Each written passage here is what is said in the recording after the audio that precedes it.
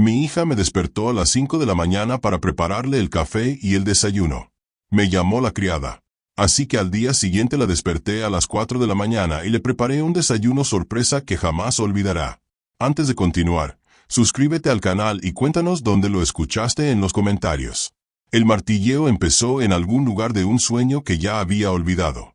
3 golpes fuertes, luego 3 más, cada uno más fuerte que el anterior. Abrí los ojos y vi la oscuridad. El resplandor verde del reloj marcaba apenas las 5. Los golpes continuaban. No fue el toque cortés de alguien que te pregunta si estás despierto, sino el martilleo exigente de alguien que espera que ya estés despierto. Saqué las piernas por el borde de la cama, mi cuerpo protestando. Había estado cocinando hasta casi las 11 la noche anterior. Coca-Cola al vino. Jane la quería elegante, perfecta para unas fotos que necesitaba. Mis pies encontraron el frío suelo de madera. Papá, levántate. Necesito café y desayuno ya. Tengo una reunión importante en 1 hora. La voz de Jane llegó a través de la puerta, tan aguda como los golpes. Me puse la bata y abrí. Ella estaba allí, con su pijama de seda, de esos con costuras hechas a mano que reflejaban la luz del pasillo como si fuera agua. Tenía los brazos cruzados. Su expresión no reflejaba disculpa. Jane, estuve cocinando hasta tarde anoche. ¿Puede esperar 1 hora? Entrecerró los ojos. Papá, vives aquí gratis. Haz tu trabajo de criado o busca otro sitio donde quedarte. Las palabras flotaban en el aire entre nosotros. Vives aquí gratis. La ayuda. Me quedé allí, con la mano todavía en el pomo de la puerta, intentando comprender lo que acababa de oír. Esta casa, la que compré en 1997 con mi primer cheque de comisión real. La que refinancié para ayudar a Jane con su divorcio. Mi casa. Pero ella ya se había dado la vuelta, volviendo a su habitación. La seda susurraba contra sí misma al caminar.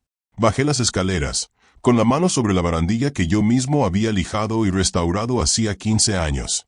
En la sala, Cody estaba despatarrado en el sofá, con la pantalla del teléfono iluminándole la cara. No levantó la vista, no reconoció mi presencia. Simplemente se desplazó, moviendo el pulgar en círculos infinitos. Las luces de la cocina me lastimaron los ojos al encenderlas. Seguí la coreografía familiar. Huevos del refrigerador, mantequilla del plato, granos de café del congelador. Mis manos sabían el trabajo sin pensarlo. Casca 3 huevos, bate hasta que la yema esté suave. Calienta la sartén hasta que una gota de agua resbale por la superficie. Mientras la mantequilla se derretía, intenté recordar cuándo empezó esto. La voz de Jane resonó en mi memoria. Solo faltan 2 o 3 meses para que nos recuperemos. Eso fue en primavera, hace 2 años. Había perdido el contrato de arrendamiento de su apartamento. Algo sobre que el casero había vendido el edificio. Necesitaba un lugar donde quedarme. ¿Temporal?, dijo. Me ofrecí de inmediato. Era mi hija. Claro que podía quedarse. La sartén para tortillas, la misma que había usado todas las mañanas durante meses. Cientos de veces, quizá miles. Dejé de contarlas alrededor del 6º mes, cuando la palabra gracias desapareció del vocabulario de Jane. Vertí los huevos, observé cómo se extendían y burbujeaban por los bordes. Le añadí champiñones, queso y hierbas frescas del huerto que aún mantenía. Lo doblé a la perfección. Como aprendí en un programa de cocina que veía antes de que mis mañanas se centraran en servir el desayuno antes del amanecer. El molinillo de café chirrió. Medí el café molido y encendí la máquina. El olor inundó la cocina. Tueste oscuro, el caro que prefería Jane. Lo compré ayer, junto con la crema orgánica que le gustaba. La que cuesta el doble que la normal. Emplaté la tortilla con la precisión que aprendí vendiendo coches durante 35 años. La presentación importa. Los detalles importan. La guarnición, dispuesta a la perfección. La tostada, cortada en diagonal. El café servido en su taza favorita. Jane bajó exactamente 1 hora después de llamar a mi puerta. Se había duchado, vestida con lo que ella llamaba su ropa informal profesional. Otra prenda que costaba más que mi presupuesto mensual para la compra. Se sentó a la mesa, sacó su portátil y empezó a escribir antes de que sus dedos tocaran el tenedor. Me quedé de pie junto al mostrador, observándola. Dio un mordisco, sin dejar de escribir. Luego otro. Sus ojos no se apartaron de la pantalla. Sin señal de reconocimiento. No, gracias. Ni una mirada en mi dirección. Los huevos están demasiado cocidos. Esfuérzate más la próxima vez. Lo dijo sin levantar la vista, sin detenerse a escribir. Simplemente lo expresó como un hecho, como quien menciona el clima. Subí las escaleras de nuevo, con las piernas más pesadas que al bajar. Vi de reojo que Cody seguía tumbado en el sofá, desplazándose. Aún no había dicho nada. Todavía no me había movido, salvo por ese interminable movimiento del pulgar. Al llegar a mi habitación, cerré la puerta. Sin un portazo. Solo un suave clic del pestillo al cerrarse. Me senté en el borde de la cama y me miré las manos. Estaban firmes. Eso me sorprendió. Esperaba que temblaran. Esperaba alguna señal visible de lo que acababa de fracturarse dentro de mí. Pero estaban firmes. Perfectamente firmes. Y en algún lugar de mi pecho, algo frío y claro comenzaba a tomar forma. Subí las escaleras, sintiendo la alfombra comprimirse bajo cada escalón. Al llegar arriba, cerré la puerta de mi habitación y el clic del pestillo sonó definitivo. Absolutamente. Me senté en el borde de la cama. El colchón se hundía ligeramente bajo mi peso. Mis manos aún conservaban el calor de la cocina. Abajo, el teclado de Jane tecleaba a toda velocidad. La reunión importante. Aquella a la que me habían convocado. Saqué mi teléfono de la mesita de noche y abrí la app de notas. No para desahogarme. No para quejarme. Calcular. 35 años vendiendo coches me han enseñado una habilidad esencial. Conocer los números. Siempre ten claro con qué estás lidiando. Primero el valor de la casa. Refinancié hace 3 años cuando el divorcio de Jane se complicó y necesitaba ayuda con los honorarios legales. El banco la había tasado en 485,000 pesos.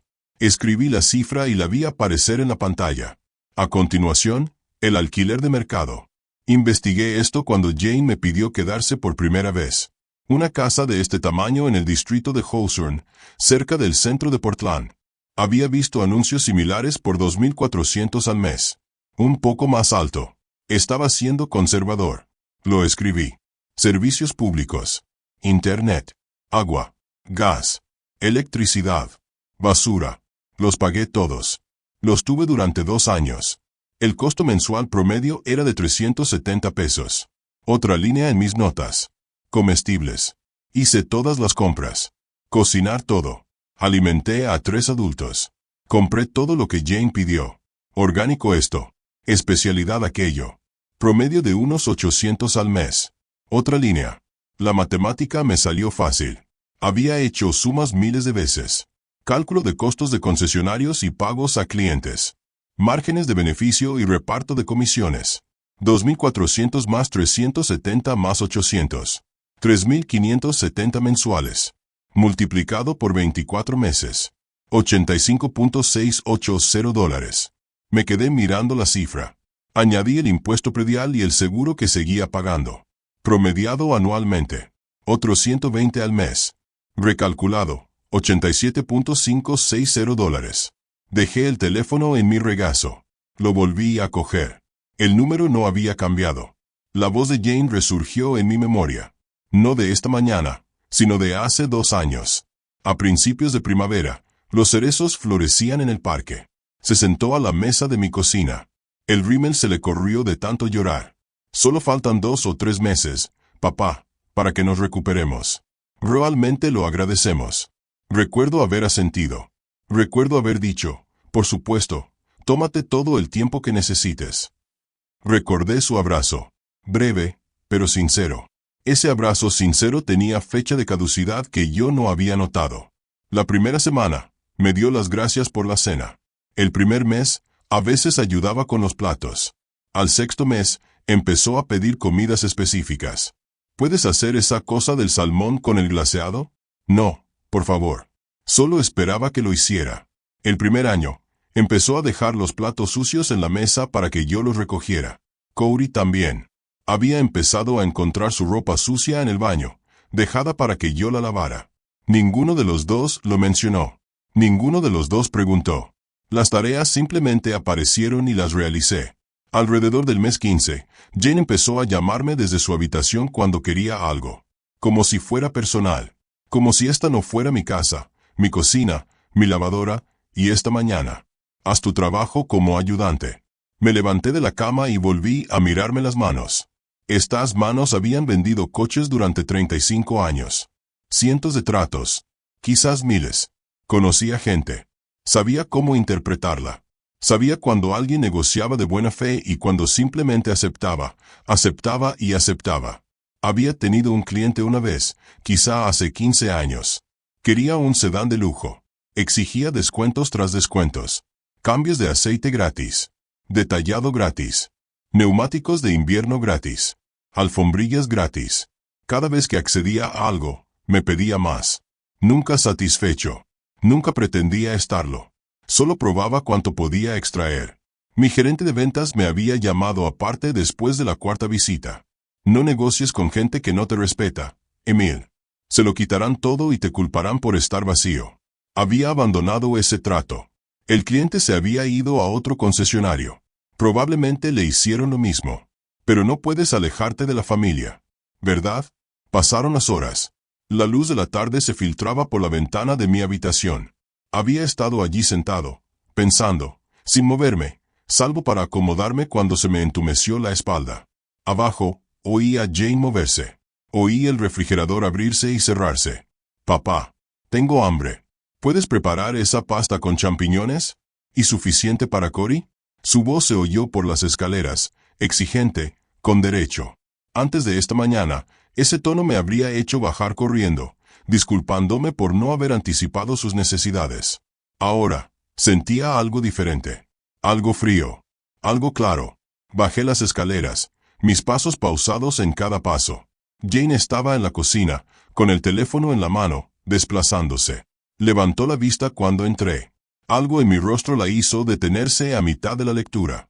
Abrió la boca y la cerró. Luego volvió a mirar su teléfono. Saqué la pasta, los champiñones, la crema. Empecé a hervir el agua. Corté los champiñones con la precisión que había aprendido durante años viendo programas de cocina en mis escasos momentos libres. Mis movimientos eran precisos y profesionales. Pero por dentro, estaba planeando. Esa noche, me quedé en la cama mirando al techo. Sin darme vueltas, sin agoniarme, solo pensando.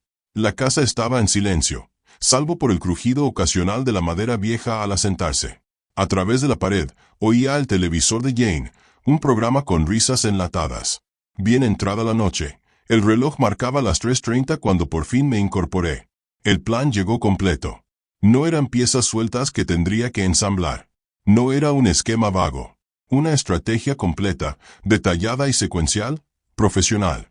35 años analizando la gente, entendiendo el apalancamiento, estructurando acuerdos, sabiendo que valoraban los clientes, que temían, que presión los impulsaba a firmar. Todo. Todas las habilidades que había perfeccionado de repente se centraron en un solo propósito. No la venganza. La corrección. Jane y Cory valoraban la comodidad, el servicio, la apariencia de éxito sin el esfuerzo necesario para mantenerlo. Temían las molestias, la exposición, tener que funcionar sin alguien que gestionara cada detalle de sus vidas. El primer paso estaba claro. Claro como el agua. Muéstrales cómo se siente la servidumbre, luego documenta todo y presenta la factura. Puse el despertador temprano, antes del amanecer, y luego me volví a acostar. Por primera vez en 2 años, quizá más, dormí con un propósito en lugar de por agotamiento. La alarma me despertó horas antes del amanecer. No fue discordante, la había programado esperando el sonido. Me vestí en la oscuridad, con movimientos pausados, casi ceremoniales. Pantalones, camisa abotonada, la misma ropa de presentación que usé para importantes ventas de autos.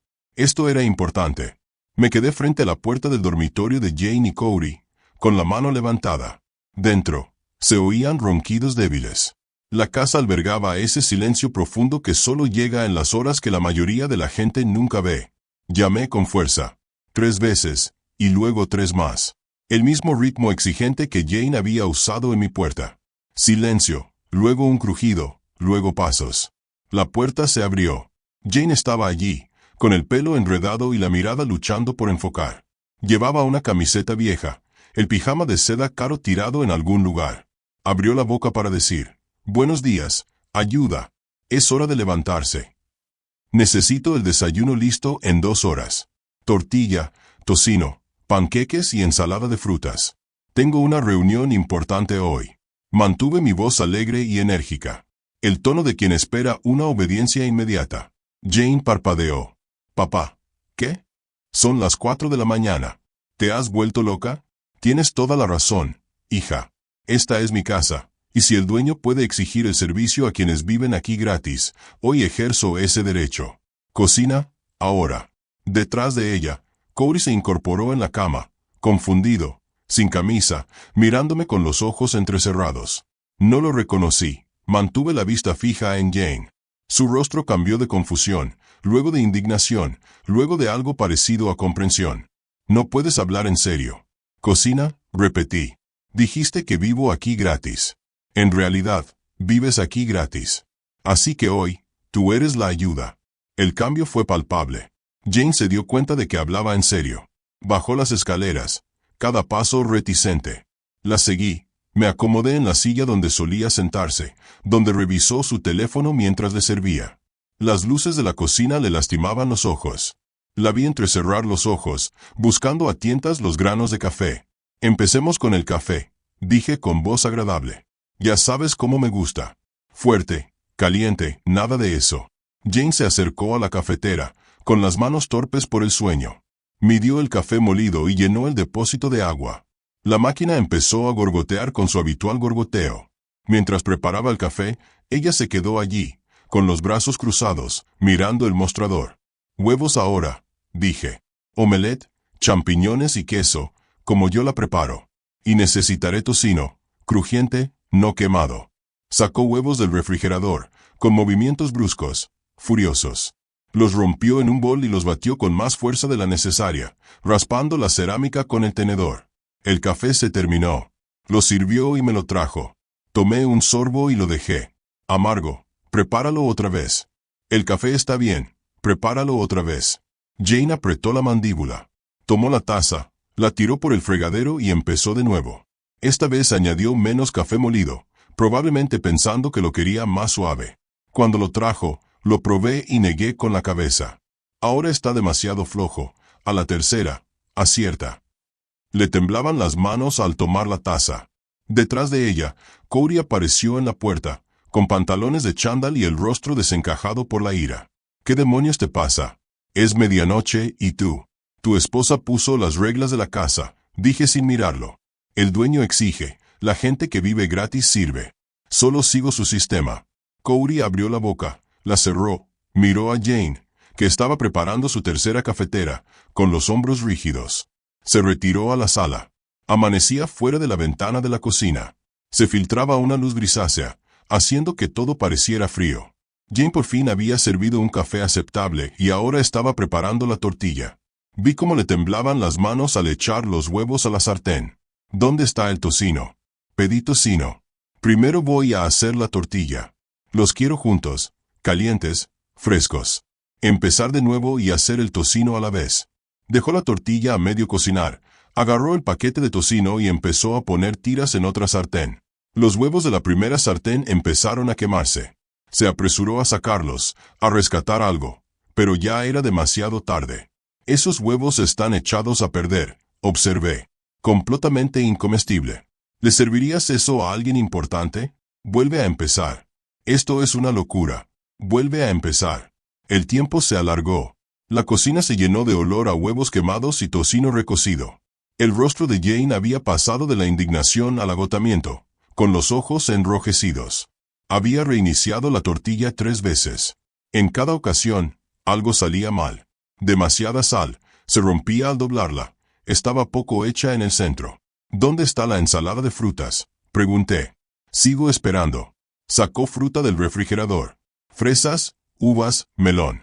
Sus manos forcejeaban con el cuchillo, cortando trozos demasiado grandes, demasiado desiguales. Los echó en un tazón y me lo acercó. La presentación importa, dije. Esto se ve descuidado. Como si no te importara la persona a la que atiendes, la voz de Jane se quebró. ¿Por qué haces esto? ¿Por qué eres cruel? Dejé que la alegría se esfumara de mi voz y la miré fijamente. Ahora sabes lo que he sentido 600 mañanas seguidas. Recuerda esta sensación. Me puse de pie y cogí las llaves del coche del mostrador. La tortilla que por fin había conseguido terminar estaba en la mesa. Adecuada, pero imperfecta. No lo había tocado. Jane estaba allí temblando, no de frío, sino de cansancio y furia, y algo más. ¿Vergüenza? Quizá. Reconocimiento. Su rostro se arrugó, pero no supe si era de dolor o de rabia, ni me importó. Caminé hacia la puerta principal y la abrí. El aire de la mañana era frío y limpio. Detrás de mí, se alzó la voz de Jane. Algo entre un grito y un sollozo, pero no pude distinguir las palabras. Me subí al coche, me acomodé en el asiento y arranqué el motor. El reloj del salpicadero marcaba poco más de las 7. 2 horas. Las mismas 2 horas que me había exigido innumerables veces. Al salir de la entrada, miré hacia atrás. La luz de la cocina seguía encendida. La silueta de Jane permanecía inmóvil en la ventana. Aceleré y me dirigí hacia el centro, hacia el edificio de oficinas de cristal donde trabajaba Michael Stevens. La lección personal estaba completa. Ahora venía la estrategia profesional. El tráfico matutino era fluido. Llegué al centro antes de las 8 y encontré aparcamiento en un garaje debajo del edificio. El ascensor me llevó al tercer piso, suave y silencioso. El despacho de abogados ocupaba toda la planta. Puertas de cristal, alfombra gris de buen gusto. Un mostrador de recepción, donde una mujer de unos 30 años tecleaba sin levantar la vista. Emile Porter, dije. Cita a las 8:30. Ella asintió y señaló las sillas de cuero junto a la pared. Me senté bajo títulos y certificados enmarcados. El tipo de presentación profesional que demuestra a los clientes que están en buenas manos. Una cafetera borboteaba en un rincón. Ya había tomado suficiente café por un día. Había programado esta consulta hacía 4 días, la tarde después de mi sesión de cálculo nocturna, antes del incidente del espejo de esta mañana, antes de tener el plan completo. Sabía que necesitaría una estructura legal y asesoramiento profesional. 35 años en la venta de coches me enseñaron que las emociones hacen fracasar las negociaciones. La documentación y el apalancamiento las ganan. Se abrió una puerta. Apareció un hombre de unos 40 años, con camisa planchada, pero sin corbata. Profesional, pero sin pretensiones. Señor Porter, me puse de pie y lo seguí a su oficina. La sala era eficiente. Un escritorio repleto de archivos organizados, una ventana con vistas a la ciudad y libros de derecho alineados en una pared. Michael Stevens se sentó detrás de su escritorio y me indicó con un gesto que me sentara frente a él. Gracias por recibirme, dije. Mencionaste un problema con un inquilino por teléfono. Explícamelo. Expliqué la situación como si estuviera vendiendo un auto. Primero los hechos, sin emociones. Hija adulta y yerno. Mi casa. 2 años de residencia. Sin contrato de arrendamiento. Sin pago. Sin contrato de alquiler. Aumento de la demanda de servicios. Explotación disfrazada de asistencia familiar. Stevens tomaba notas en un bloc de notas, con una caligrafía rápida y precisa. Hizo preguntas que me sorprendieron por su especificidad. ¿Reciben correo en su dirección? Sí. Cambiaron su dirección postal después de unos 6 meses. Licencias de conducir actualizadas a su domicilio. Sí. ¿Tienen llaves de la casa? Por supuesto. Les di las llaves cuando se mudaron. Cada sí hacía que Stevens asintiera, no con aprobación, sino con reconocimiento. Estos detalles importaban de maneras que apenas comenzaba a comprender. Dejó la pluma. Incluso sin contrato de arrendamiento, han establecido residencia legal. La ley de inquilinos de Oregón protege mucho los derechos de los ocupantes. No puedes cambiar las cerraduras ni sacar sus pertenencias. Eso es un desalojo ilegal y podrían demandarte. Lo asimilé. Entonces, en mi propia casa, ¿no tengo poder legal para expulsar a quienes no pagan y no son bienvenidos? No, pero hay que seguir el proceso. Aviso por escrito. Mínimo 30 días en Oregón. Si se niegan a irse después de que venza el preaviso, usted solicita el desalojo formal ante el tribunal. Hay una audiencia.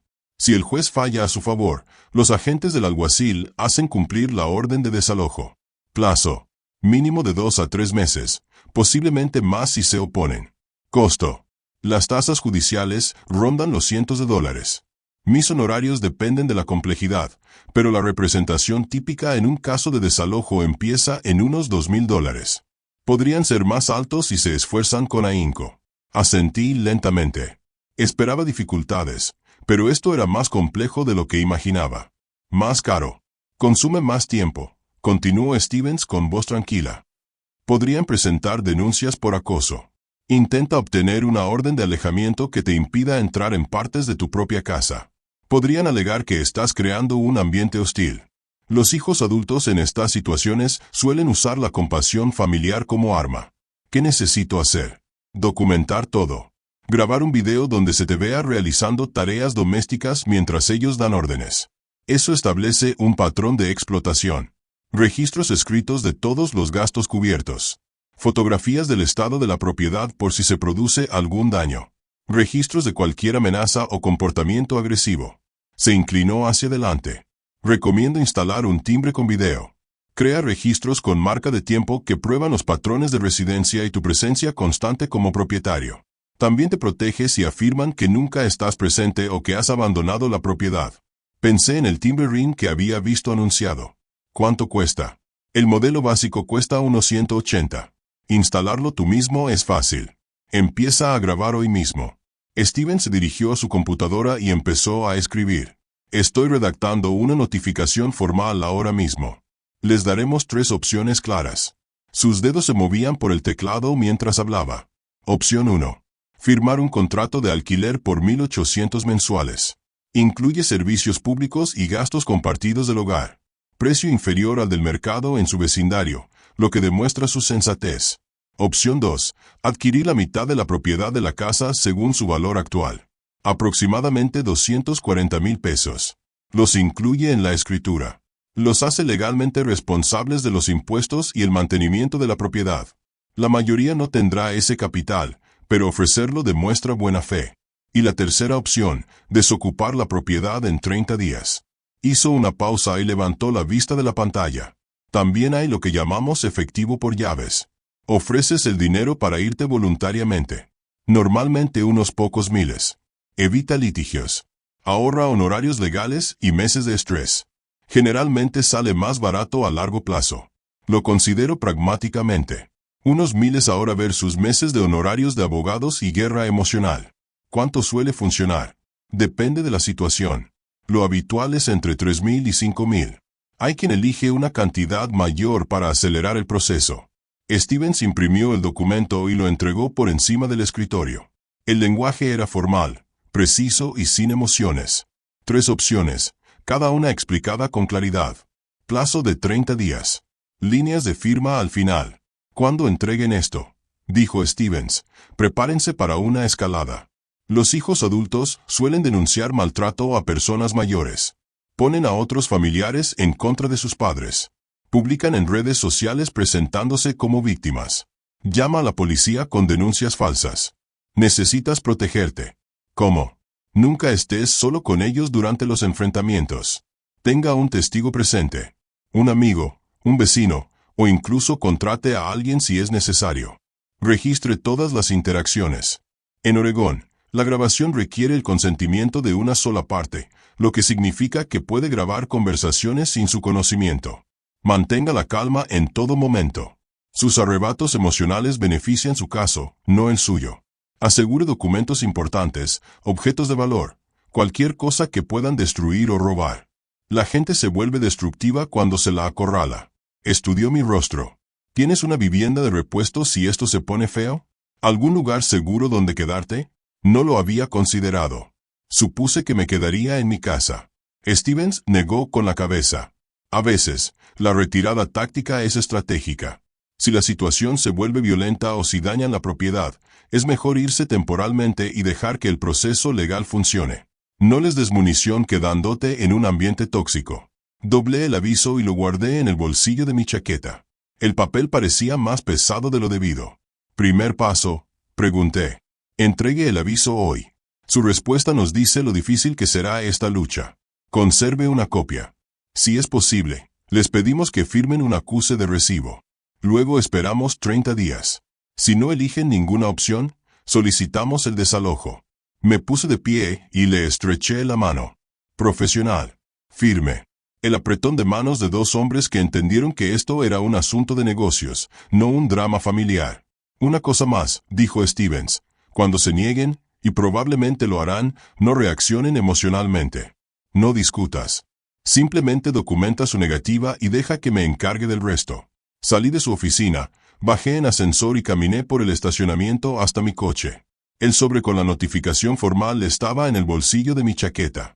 Su peso era como el de un arma cargada. Me senté al volante, con el motor apagado, sosteniendo el sobre.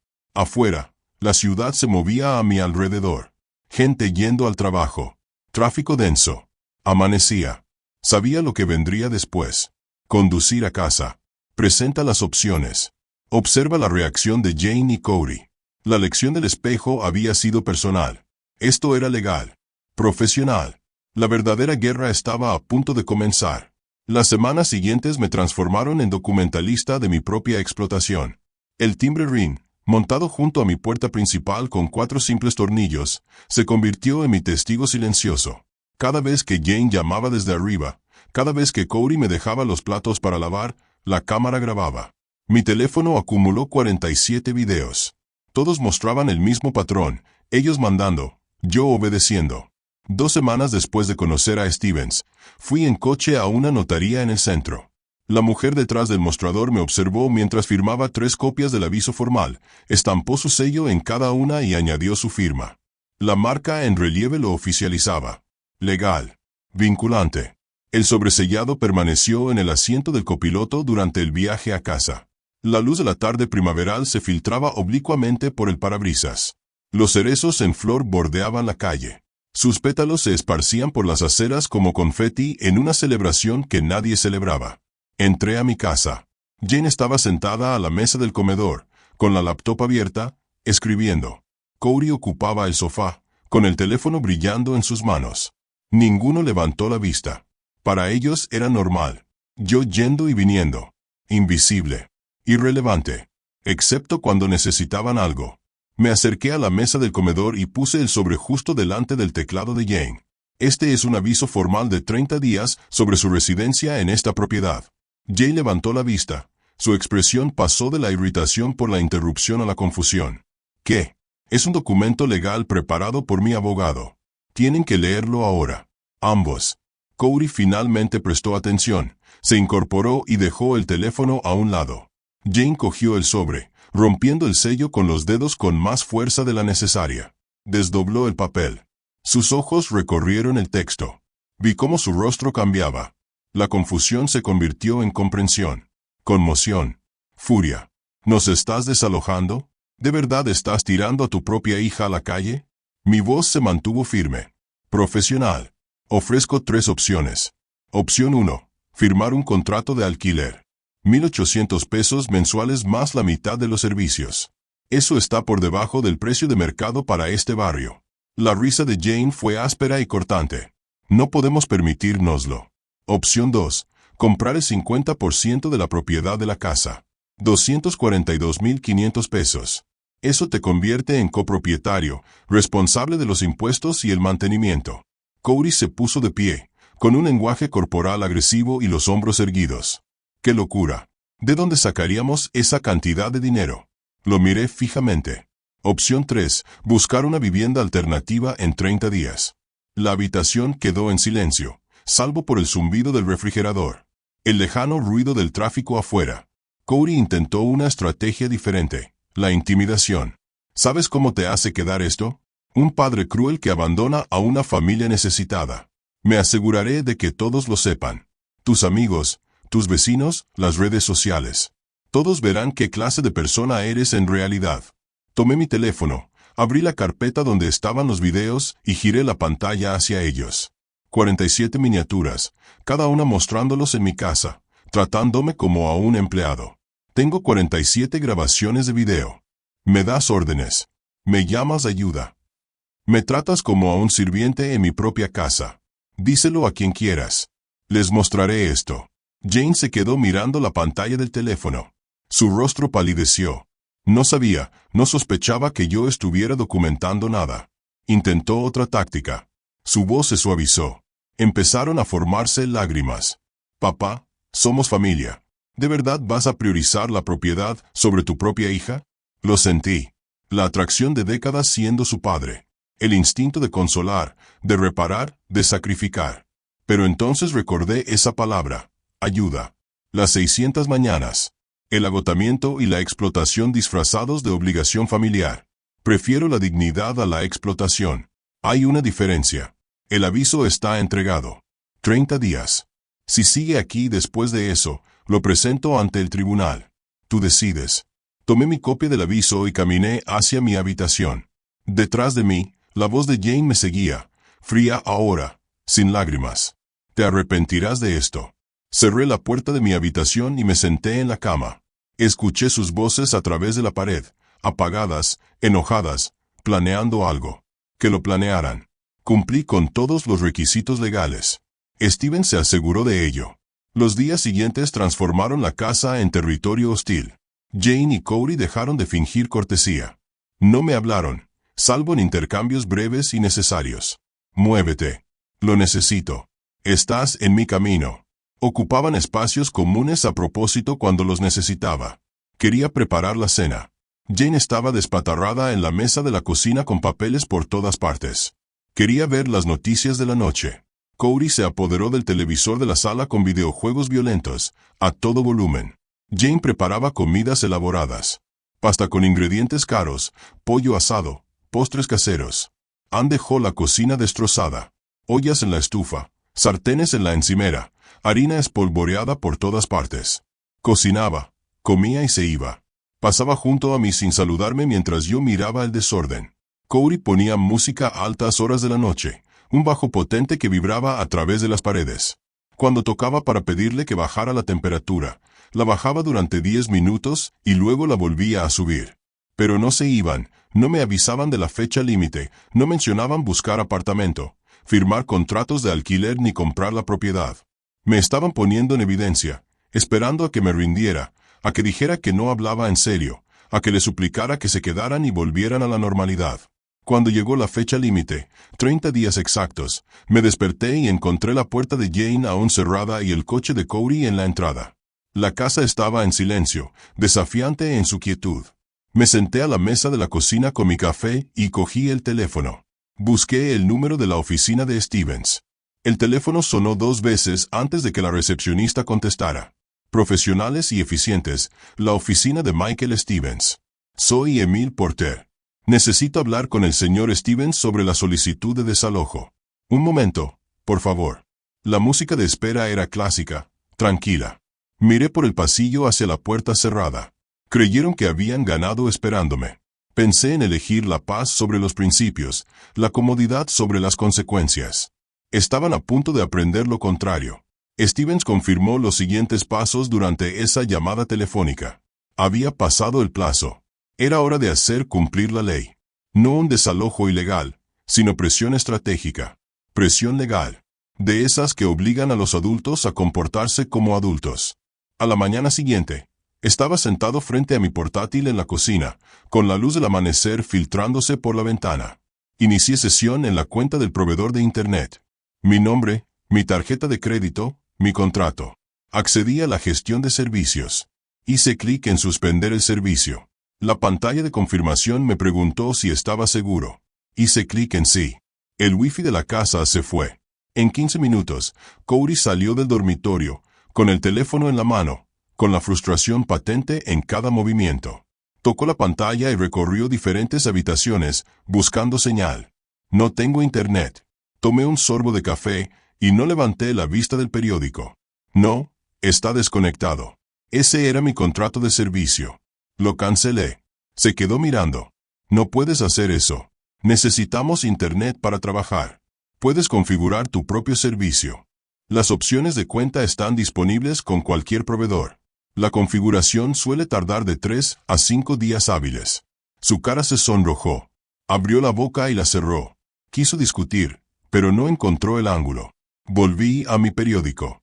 Regresó furioso al dormitorio. Apliqué el primer punto de presión. Al mediodía, ya había hecho otros cambios. Instalé una cerradura de combinación sencilla en el refrigerador. No en todo, solo en los estantes donde guardaba la compra, los huevos que compré, el queso, las verduras, las sobras de mis comidas. Empaqué mis provisiones de despensa, pasta, arroz, conservas y café, y las trasladé al armario de mi habitación. Jane lo descubrió mientras buscaba ingredientes para el almuerzo. Encontró el candado, intentó abrirlo, pero no pudo. Me encontró en la sala, leyendo. ¿Cerraste la comida? ¿En serio? No levanté la vista del libro. Cerré la comida. Son adultos con ingresos. Compren sus propios alimentos. Su voz se alzó, aguda por la incredulidad. Esto es crueldad. Esto es abuso. Finalmente la miré. Esto es autoservicio. Ya no soy tu cocinero ni tu proveedor. Tienes trabajo. Pueden alimentarse ustedes mismos. Abrió la boca para responder, pero yo ya había vuelto a mi libro. Después de un momento, se marchó furiosa. Esa noche, me fijé en los platos sucios que habían dejado. Sus platos, sus tazas, sus cubiertos, esparcidos por la encimera. No los toqué, no los limpié, no los dejé pasar. Al transcurrir la primera semana, conduje hasta el juzgado del condado de Multnomah en el centro. El edificio era imponente. Escalones de piedra, columnas, el peso de la ley y el orden hecho realidad, control de seguridad, detector de metales, mis llaves y mi teléfono en un contenedor de plástico. Encontré la oficina correspondiente en el segundo piso, la ventanilla del secretario, formularios en portapapeles. Llené los formularios de desalojo. Lo llamaban federal. Ingreso forzoso y detención. El lenguaje era formal e impersonal, justo lo que esta situación requería. El secretario tramitó mi tasa de presentación. 121 pesos. Selló los documentos con deficiencia de práctica, me dio un número de caso y me explicó el plazo. El tribunal programaría una audiencia en un plazo de 3 a 4 semanas. Jane y Cody recibirían la notificación oficial. Un notificador la entregaría personalmente. Tomé el recibo, lo doblé con cuidado y lo guardé en mi billetera. Esto ya era de dominio público. Un caso judicial. Número de caso, 25 CB 1847. Real, innegable. Cuando volví a casa, Cody estaba en la cocina, mirando su teléfono y comiendo comida para llevar de un contenedor de restaurante. No mencioné el archivo. Que lo descubrieran cuando el camarero llamara a la puerta. A la mañana siguiente, encontré mi taza favorita hecha añicos en el suelo de la cocina. Fragmentos de cerámica estaban esparcidos por las baldosas. La taza había sido un regalo de mi difunta esposa, de 20 años. El diseño se desvaneció tras innumerables lavados, pero era irreemplazable. Cody estaba cerca, con el teléfono en la mano, fingiendo escribir un mensaje. Oh, perdón, accidente. Su tono no era de disculpa. Era petulante, satisfecho. Sentí una opresión en el pecho. Esa taza era la que había usado todas las mañanas durante 2 décadas. Pero no reaccioné con emoción, no le di la satisfacción. Saqué mi teléfono y fotografié los pedazos rotos desde varios ángulos. Luego, abrí la app de Ring y revisé las grabaciones del timbre. Ahí estaba, con fecha y hora de hace 10 minutos. Cody se acercó al mostrador, miró la taza y la quitó a propósito con la mano. No fue casualidad. Fue pura maldad. Guardé el clip y lo miré. Tengo un video tuyo destrozando deliberadamente mi propiedad. Lo agrego a la demanda judicial como prueba de comportamiento destructivo. Su arrogancia se desvaneció. No había pensado en las cámaras. A finales de esa semana, sonó mi teléfono. El identificador de llamadas mostraba a Linda, la hermana de mi difunta esposa, la tía de Jane. La mujer que ayudó a criar a Jane tras la muerte de su madre. Su voz era cautelosa y mesurada. Emil, Jane me llamó. Está muy molesta. Dice que intentas dejarlo sin hogar. Ya me lo esperaba. Jane está reclutando a su familia, usando su compasión como arma. Entiendo que esté molesta. ¿Te gustaría escuchar mi versión? Me gustaría pasar mañana y ver la situación personalmente. Mañana por la tarde funciona. Estaré aquí. Al día siguiente, Linda llegó en punto a las 2. Abrazó a Jane y escuchó su explicación entre lágrimas. Padre cruel. Desalojo repentino. Sin lugar a dónde ir. Sin previo aviso. Jane actuó bien. Lágrimas corriendo. La voz se me quebraba en momentos estratégicos. ¿Puedo hablar con Emil en privado?, preguntó Linda. En la cocina, con la puerta cerrada, le enseñé mi teléfono, los videos. Jane dándome órdenes, pidiéndome ayuda. Cody ignorándome por completo. El patrón de explotación documentado a lo largo de semanas. Luego le mostré los cálculos financieros, 87.560 pesos a 24 meses. El aviso formal con 3 opciones razonables. Su negativa a elegir a ninguno de ellos. El rostro de Linda cambió al observar. La compasión cambió, se redirigió. Después de irse, Jane esperó en la sala, expectante, confiada en que su tía se pondría de su lado y me convencería de dejar esta tontería legal. Linda la abrazó de nuevo, la sujetó por los hombros. Cariño, tu padre ha sido más que justo. Has tenido 2 años de alojamiento gratis en una casa que vale $500,000. Necesitas encontrar tu propio lugar. El rostro de Jane se desmoronó, pero no de tristeza, sino de furia por la traición. Su último aliado familiar acababa de cambiar de bando. Linda se fue. Jane se quedó en la entrada, viendo desaparecer el coche. Observé desde la ventana de la cocina. Cuando Jane se volvió hacia la casa, su rostro ya no mostraba lágrimas. Solo frío cálculo. Pasó junto a mí sin decir palabra, por el pasillo. Su puerta se cerró con deliberada suavidad, más amenazante que un portazo. Recogí el recibo del juzgado del mostrador. Número de caso 25-CB0847. La notificación de la audiencia llegaría en cuestión de días. La maquinaria legal estaba en marcha, indiferente a las emociones, atenta únicamente al procedimiento. Me dirigí al calendario de la pared y no marqué nada. El sistema funcionaría según su propio cronograma. La fecha de la audiencia finalmente llegó un martes por la mañana, cuando la primavera dio paso al verano.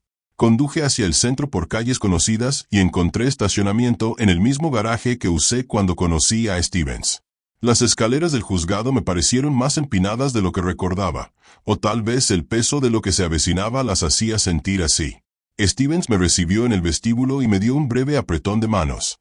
Llevaba una corbata distinta a la de la última vez, azul marino con finas rayas plateadas, una armadura profesional. ¿Lo tienes todo? Palmeé la carpeta bajo el brazo. Extractos bancarios, videos, el aviso notarial, fotografías de la destrucción deliberada de Cody, 2 años de explotación reducidos a fichas organizadas. El ascensor nos llevó al 3er piso. El pasillo fuera de la sala del tribunal tenía bancos de madera, otras personas esperando sus casos, conversaciones en voz baja, el olor institucional de edificios antiguos, pulimento de pisos y aire reciclado, y la ansiedad acumulada de miles de disputas. Nos sentamos. Stevens repasó los puntos clave en voz baja, con un murmullo que solo yo podía oír. Al final del pasillo, se abrió una puerta. Aparecieron Jane y Cody, sin abogado. Sus rostros estaban tensos, estresados. Jane llevaba un vestido conservador, probablemente elegido para parecer comprensivo. Cody se había afeitado, se había puesto pantalones y una camisa abotonada, vestuario para su actuación. El alguacil marcó nuestro número de caso. Stevens se puso de pie primero. Lo seguí al cruzar la puerta de la sala. La sala era más pequeña de lo que esperaba, no como los dramas judiciales de la televisión, sin jurado ni galería de espectadores, solo paneles de madera, el estrado del juez elevado al frente, una taquígrafa en su puesto con su teclado silencioso, luces fluorescentes que hacían que todo pareciera un poco deslavado. Tomé asiento en la mesa del demandante. Stevens se acomodó a mi lado, abriendo su maletín con una economía practicada. Al otro lado del pasillo, Jane y Cody estaban sentados en la mesa del acusado. La silla vacía a su lado brillaba por su ausencia de representación legal. Todos de pie. Entró el juez. Una mujer de unos 50 años, con gafas de lectura colgadas de una cadena al cuello, con expresión neutral y profesional. Se acomodó en su silla y revisó brevemente el expediente que tenía delante. Se trata de una acción de allanamiento y detención. Porter contra Porter, Hunter y Hunter. Levantó la vista. Señor Porter, tiene un abogado. Demandados, comparecen a favor de la C. Jane asintió. Su confianza en el pasillo ya empezaba a resquebrajarse. El juez le hizo un gesto a Jane. Señora Hunter, puede presentar su postura. Jane se puso de pie. Su voz tembló justo en el punto justo, demostrando vulnerabilidad. Su señoría, este es mi padre. Llevamos 2 años viviendo en su casa porque necesitábamos ayuda tras un periodo difícil. Ahora intenta echarnos, a su propia familia, a la calle sin ningún lugar a donde ir. Su voz se quebró convincentemente. A su lado, Cody añadió su parte. No estamos causando ningún problema. Solo intentamos sobrevivir. La familia debería ayudar a la familia. El juez escuchó sin ninguna reacción visible, tomando notas con un bolígrafo que producía pequeños rasguños sobre el papel. Vi a Jane realizar la misma manipulación que había usado conmigo durante 24 meses. Pero los tribunales no se rigen por las emociones. Se basan en pruebas. Abogado. El juez se volvió hacia Stevens. Él permaneció de pie, tranquilo y metódico. Al hablar, su voz transmitía autoridad profesional sin arrogancia.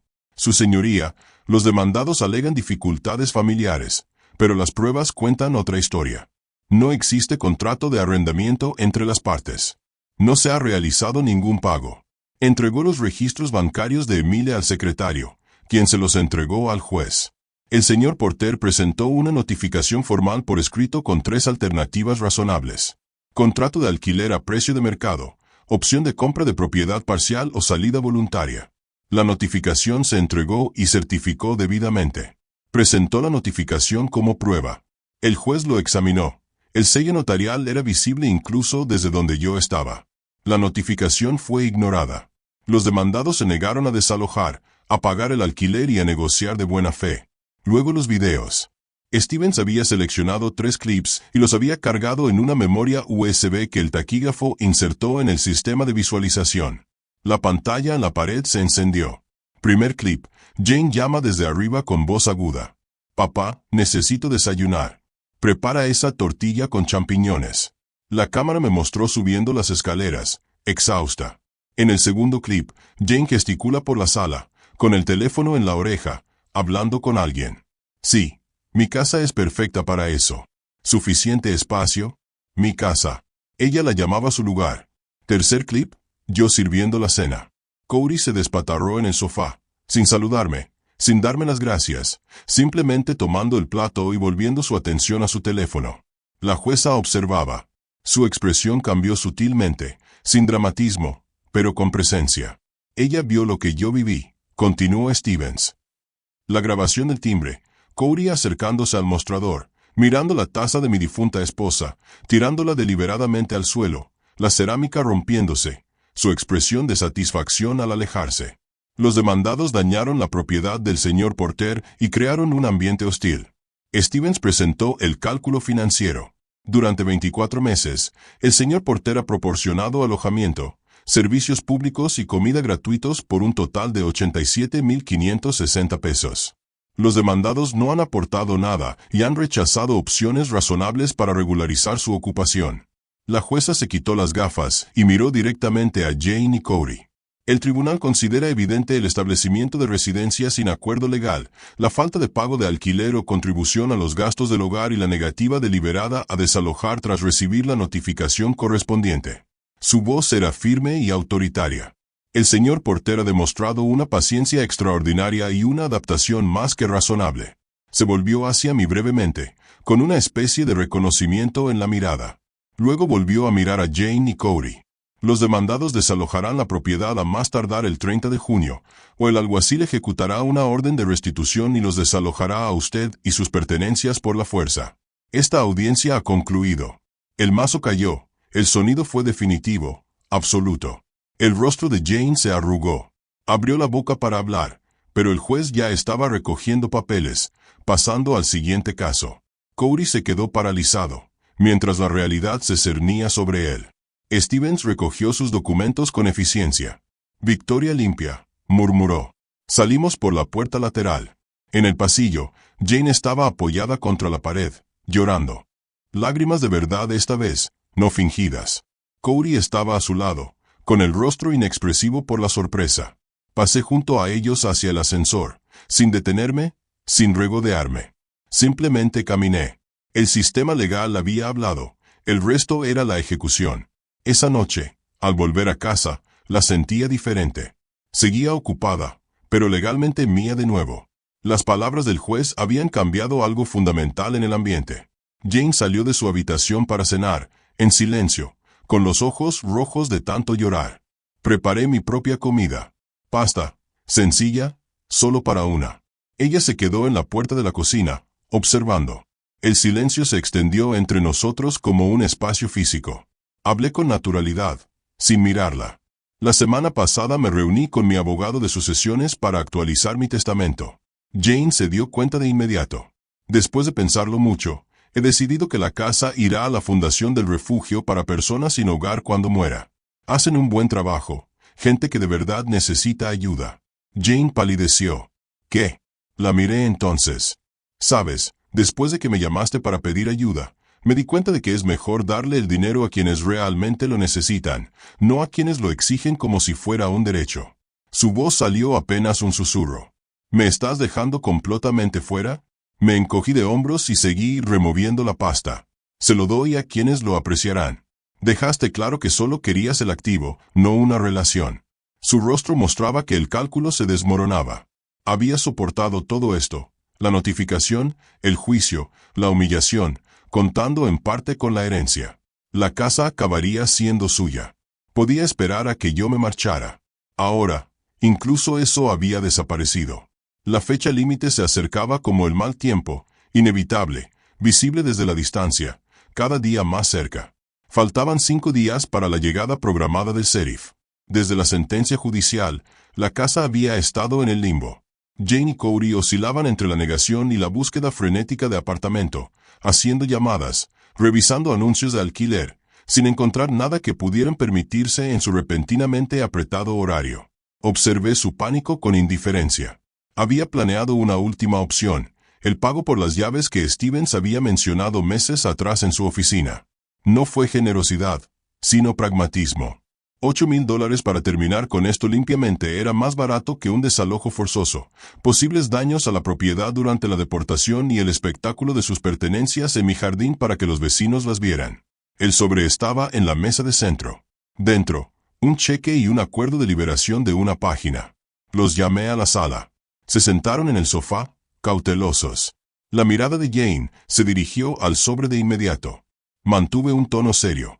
Tengo una oferta final, $8,000 para que desalojes la propiedad en paz antes de la fecha límite. Dejas la casa limpia, sin daños, y firmas este documento renunciando a cualquier reclamación futura contra mí o la propiedad.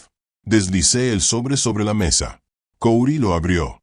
Recorrió con la mirada el cheque, el texto legal que lo acompañaba. Jane se quedó mirando el número escrito con mi letra cuidadosa. $8,000? Su voz se alzó con incredulidad. Esta casa vale $500,000. ¿Nos ofreces $8,000? Asentí. La casa es mía. $8,000 cubren el primer mes de alquiler y el depósito de una nueva vivienda. Es ayuda, no compensación. Cody recuperó la compostura e intentó negociar. Que sean $20,000 y nos vamos mañana. Ruptura limpia. Sin problemas. $8,000, esa es la oferta. La voz de Jane se endureció. ¿Tienes todo este dinero, todas estas propiedades, y solo nos das $8,000? Somos tu familia. La familia no se llama a sí misma ayuda. La familia no se explota durante 2 años sin aportar nada. $8,000 es más que generoso, dado que me debes más de $87,000. Esto no es negociable. Cody apretó la mandíbula. Intercambió una mirada con Jane. Estaba calculando. Lo notaba en el movimiento de sus ojos, en la ligera tensión en su boca. Querían más. Siempre querían más, pero el tiempo y las opciones se agotaban. Jane jugó su última carta. Su voz se endureció, abandonando su papel de víctima. Bien, niégate a ayudar a tu propia hija. Me aseguraré de que todos lo sepan. Las redes sociales, los vecinos, todos sabrán qué clase de padre eres. Abandonando a la familia, eligiendo el dinero antes que la sangre. Ya había amenazado con esto antes, pero ahora la desesperación se filtraba en la amenaza, haciéndola menos efectiva, más hueca. Tomé mi teléfono, abrí la carpeta de videos y giré la pantalla hacia ellos. Ya llevo 63 videos, dándome órdenes, llamándome sirvienta, tratándome como si fuera una propiedad. Publica lo que quieras. Yo publicaré estos. ¿Con quién crees que la gente simpatizará? ¿Con el padre anciano explotado en su propia casa, o con la hija adulta que se aprovechó de la situación durante 2 años? Los videos se reprodujeron en secuencia en la pantalla pequeña. Sus voces, sus rostros, sus exigencias legítimas, preservadas con claridad digital. Jane miró fijamente la pantalla, su última arma neutralizada. Cody miró la cuenta, a Jane, calculando las probabilidades. Era pragmático. $8,000 era mejor que 0. Mejor que la llegada del sheriff, la humillación pública, empezar desde cero.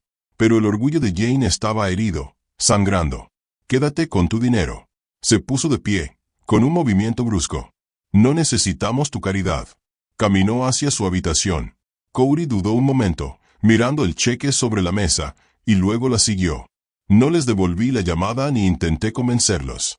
Guardé el sobre en el cajón de mi escritorio. Habían preferido el orgullo al pragmatismo. El sheriff ejecutaría la orden de desalojo exactamente como estaba previsto. Le escribí a Stevens. Rechazaron la oferta y procedieron con la ejecución de la orden. Su respuesta llegó en minutos. Confirmado. El sheriff citado para el 30 a las 9 a.m. Los días restantes transcurrieron en un silencio gélido. La casa contenía la respiración. Noté un aumento de actividad.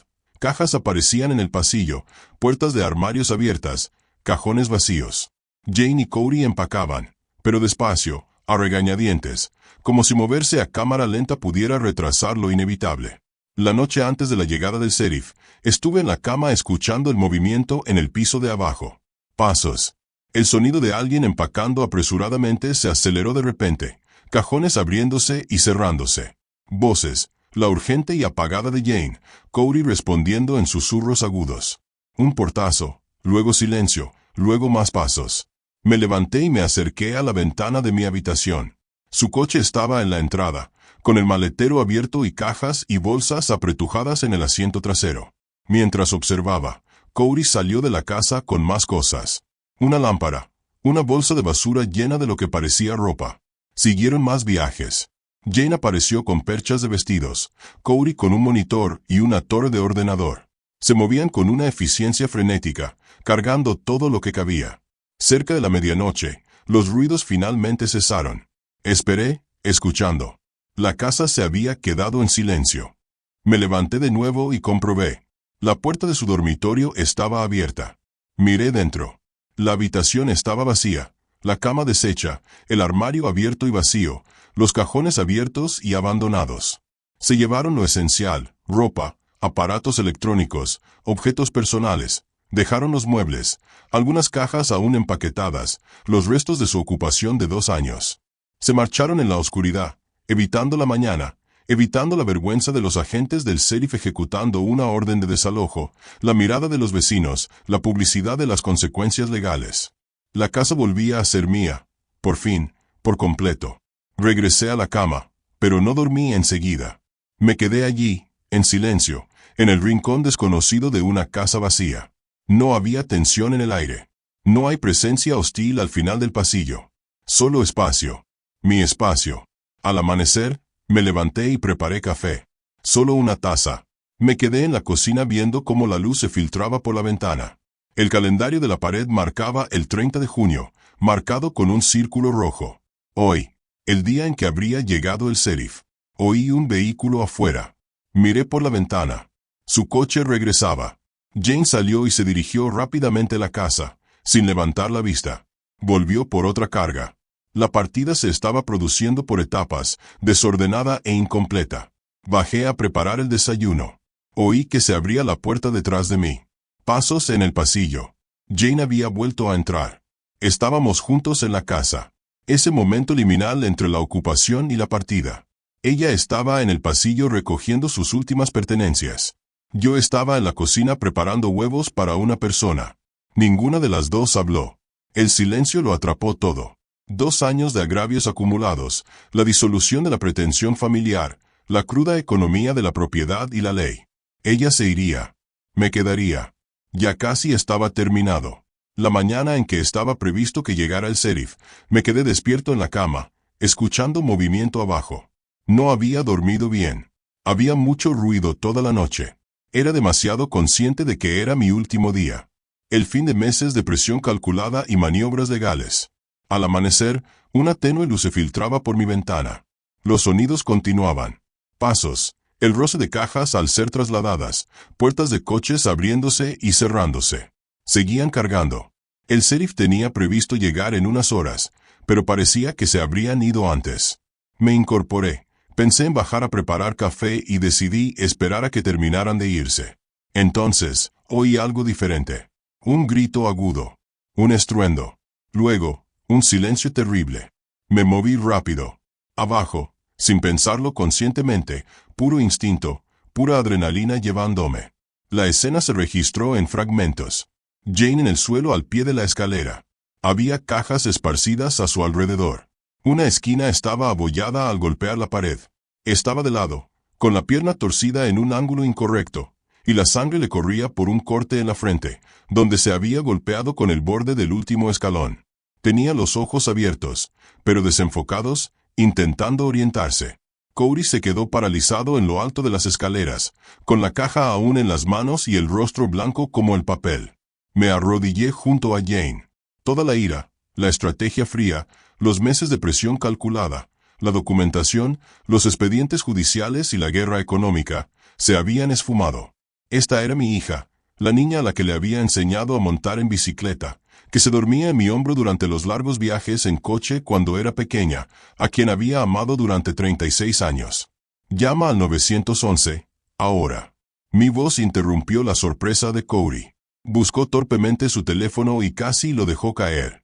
Evalué a Jane. Primeros auxilios básicos que mi difunta esposa había insistido en que aprendiera décadas atrás, cuando aún vivía y era enfermera, y estaba decidido a que yo sabría cómo ayudar en emergencias.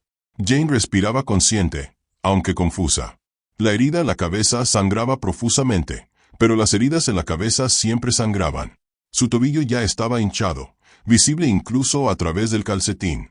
Jane, quédate quieta, no muevas la cabeza. Intentó hablar. Las palabras le salían arrastradas, inconexas, posiblemente una conmoción cerebral. Tomé un paño de cocina limpio de la encimera y presioné suavemente la herida de la frente. Mis manos estaban firmes a pesar del miedo que me recorría, a pesar de las terribles preguntas que me inundaban la mente. La voz de Cody, temblorosa, se oía de fondo. Necesitamos una ambulancia. Mi esposa se cayó por las escaleras. Se golpeó la cabeza. Hay sangre. Dio la dirección. Sus palabras se atropellaban. La espera se hizo eterna. Los minutos se hicieron interminables. Seguí hablando con Jane, manteniéndola alerta, manteniéndola presente. Quédate conmigo. Mírame a los ojos. ¿Cómo te llamas? Dime qué día es. Respondió, a veces correctamente, a veces confusa. Jueves. No, miércoles. Su nombre. Mi nombre. Sí, ella sabía dónde estaba. Cody había bajado, rondando inútilmente cerca, abriendo y cerrando las manos sin propósito. Entonces, sirenas. Se acercaban y se detenían afuera. Abrí la puerta principal antes de que pudieran llamar. 2 paramédicos entraron con equipo, profesionales y rápidos. Me aparté y los dejé trabajar. La evaluaron rápidamente. Probable esguince de tobillo, laceración en la frente que requirió puntos de sutura, posible conmoción cerebral leve, necesidad de traslado para evaluación y diagnóstico por imagen para descartar fractura o traumatismo cráneoencefálico más grave. Le estabilizaron el cuello por precaución y la subieron a una camilla por falta de práctica. La mirada de Jane se cruzó con la mía al levantarla. Parecía aterrorizada y pequeña, nada que ver con la mujer que me pidió ayuda hace meses. Nada que ver con la hija prepotente que exigía el desayuno antes del amanecer. Papá. Su voz era la de una niña. Te sigo justo detrás, le dije. Iba en mi propio coche siguiendo a la ambulancia por las calles de la ciudad. Se saltaron los semáforos en rojo, y yo lo seguí. Apareció el complejo hospitalario. El Centro Médico Legacy Emanuel, amplio y moderno, con la entrada de urgencias ya concurrida a pesar de la hora temprana. Aparqué en el estacionamiento de visitas y entré rápidamente. La sala de espera de urgencias, sillas de plástico, revistas viejas esparcidas sobre mesitas, el olor a antiséptico y ansiedad impregnaba el aire reciclado. Cody llegó momentos después, tras haber cerrado la casa. Nos quedamos en silencio, 2 hombres que habían sido adversarios ahora unidos por la preocupación. Una enfermera finalmente nos llamó. Jane estaba en la sala de reconocimiento, despierta, siendo evaluada. El médico era joven, eficiente y explicaba con claridad. Definitivamente, un esguince de tobillo, definitivamente una conmoción cerebral, leve, por suerte. 5 puntos por la laceración en la frente. Tuvieron que mantenerla en observación durante varias horas, el protocolo habitual para traumatismos cráneoencefálicos. Tuvo suerte, no sufrió fractura ni traumatismo grave. La factura sería considerable. Solo la ambulancia costaría más de $1000, pero eso no importaba. Me dejaron verla. Jane yacía en la cama del hospital, con una venda blanca sobre la frente, el tobillo vendado y elevado, con una vía intravenosa en el brazo para administrarle fluidos. Me miró cuando entré y se le saltaron las lágrimas. No eran lágrimas de rabia, ni lágrimas manipuladoras. Algo completamente distinto. Vergüenza. Reconocimiento. Entiendo. Papá. Yo. Se le quebró la voz. Me senté en la silla junto a la cama y le tomé la mano sin pensarlo, sin planearlo. Era mi hija y había sufrido mucho, y eso era todo lo que importaba en ese momento.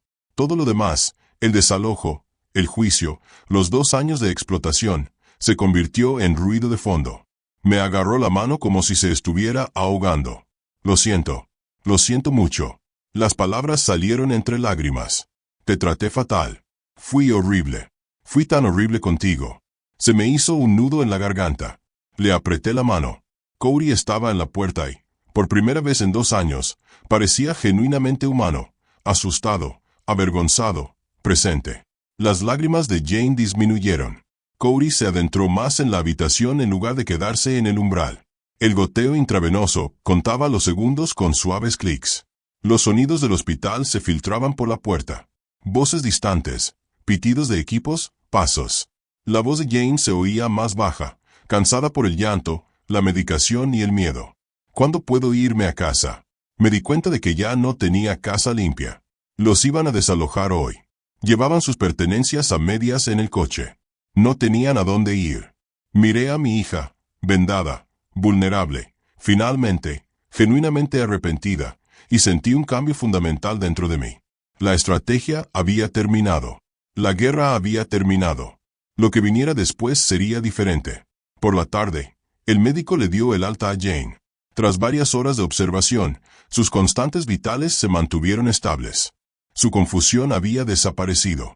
Los síntomas de la conmoción cerebral eran lo suficientemente leves como para recibir atención domiciliaria.